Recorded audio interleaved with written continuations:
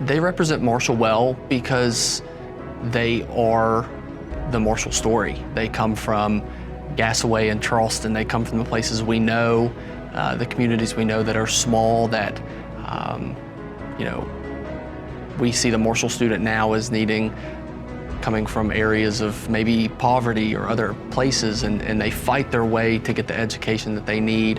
And I think for Ellen and Lonnie, in a way, during their time period to get to Marshall, just shows how much it meant to them to move on and to get where they are. And so they continued to fight, and that's why they are so special now.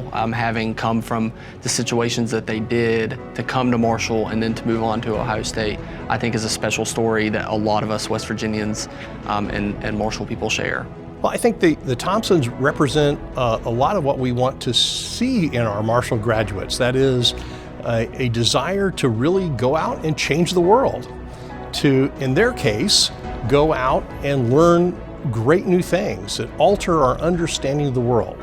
They really were the first people to go out and drill ice cores in tropical glaciers, something which most people thought was impossible.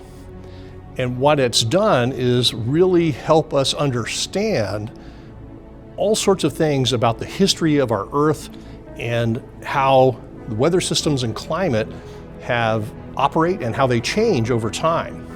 So for example, the ice cores that they have drilled and analyzed are fundamental for our understanding of how El Niños and La Niña cycles affect our weather and the climate that we live in. Something that each of us has benefited from, whether we knew it or not. So they've gone out, learned some great new things, changed the world, made the world a better place. And I can't think of anything that better represents Marshall University than that.